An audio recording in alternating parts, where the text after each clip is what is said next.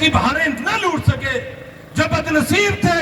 جو اس کی خوشیاں نہ سمیٹ سکے، جو بدنصیب تھے وہ اس میں معافیاں نہ مانگ سکے، وہ جو بدنصیب تھے اس میں روزے نہ رکھ کر اپنے آپ کو ہلاکت میں ڈال چکے ہیں، دنیا کی کوئی طاقت بھی انہیں ہلاکت سے پیر نکال نہیں سکتی۔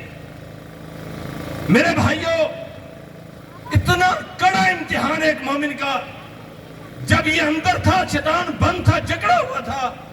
ہم آزاد تھے، ہم پر پابندی نہیں تھی، اس لیے کہ شیطان بند ہے۔ اب ہمارا امتحان اس کے بعد شروع ہو چکا ہے، ہمارا مساجد کے ساتھ تعلق کیسا ہے، اور ہمارا اعمال صالحہ کے ساتھ تعلق کیسا ہے۔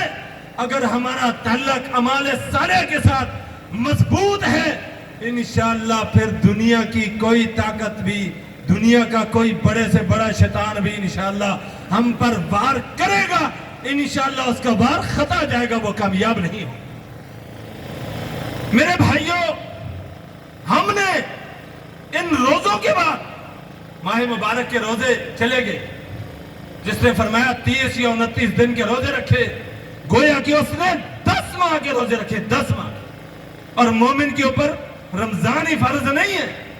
مومن کے اوپر رمضان کے بعد شوال کے 6 روزے بھی ایسے ہی فرض ہیں، یوں سمجھ لیں جیسے رمضان المبارک کے روزے فرض، اگرچہ وہ حیثیت ان روزوں کی نہیں۔ فرمایا جس نے شوال کے 6 روزے رکھے، اللہ خالق کائنات نے ان 6 روزوں کی برکت سے اس کو اتنا نواز دیا گویا کہ اس نے 2 ماہ کے روزے مسلسل رکھے۔ اور جس نے رمضان المبارک کی گنتی پوری کرنے کے بعد شوال کے 6 روزے بھی رکھے، انشاءاللہ رکھیں گے نا،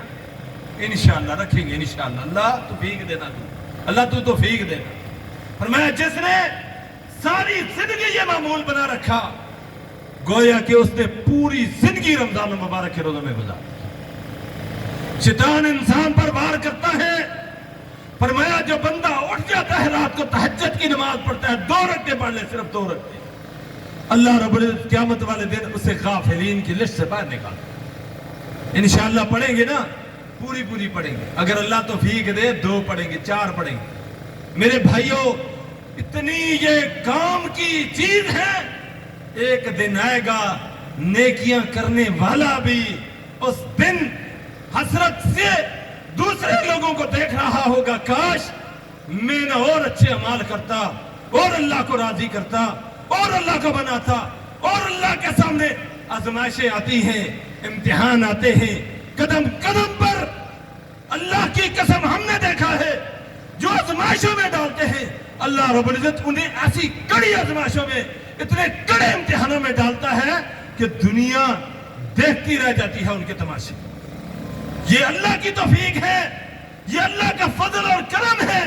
اللہ رب العزت نے ہمیں خیر کے کاموں کے ساتھ پورا مہینہ جوڑ کے رکھا ہے۔ اللہ رب العزت نے خیر کے سارے کاموں کے ساتھ ہمیں تا قیامت جوڑ کر رکھے۔ اللہ رب العزت اس ماہ مبارک کے اندر کیا ہوا ایک ایک عمل صدقہ دیکھیں، فرمایا بندے کے دائیں طرف آئے گا، روزہ بائیں طرف آئے گا، صلاۃ سر پر کھڑی ہوگی، اور پاؤں کی طرف پاؤں سے چل کر مسجد میں اللہ کی عبادت کے لیے جاتا تھا۔ اللہ رب العزت ان پاؤں کو بھی، اس کے دائیں کو بھی، اس کے بائیں کو بھی، اس کو اوپر کو بھی اور نیچے کو بھی، اور حدیث میں اللہ کے رسول کی ایک دعا بھی، فرمایا اللہم احفظنا عن ایماننا، اللہ ہماری دائیں طرف سے ہماری حفاظت کرنا، دنیا کے شیطان ہو، انسانوں میں سے شیطان ہو، جنات میں سے شیطان ہو، وہ سب شیاطین ہو، اللہم احفظنا عن ایماننا، اللہم احفظنا عن شمائلنا، اللہ میری دائیں طرف سے بھی جو وار کرے، اللہ میں تجھے ان کے سامنے کھڑا کر کے تیری پناہ لیتا ہوں۔ جسے اللہ پناہ دے دے، دنیا کی کوئی طاقت اس کا کچھ بھی بگاڑ سکتی؟ پر اللہم احفظنا عن ایماننا، اللہم احفظنا عن شمائلنا، اللہم احفظنا امامنا، یا اللہ مجھے معلوم نہیں میرے آگے کہاں کہاں تک دشمن ہے، تو جانتا ہے، جو بھی ہیں اپنے ہوں، غیر ہوں، بڑے ہوں، چھوٹے ہوں، امیر ہوں، غریب ہوں، بوڑھے ہوں، جوان ہوں، مرد ہوں، عورتیں ہوں، جو بھی ہوں، ایکس وائی زیڈ، اللہم احفظنا امامنا، میرے آگے جتنے دشمن ہیں اللہ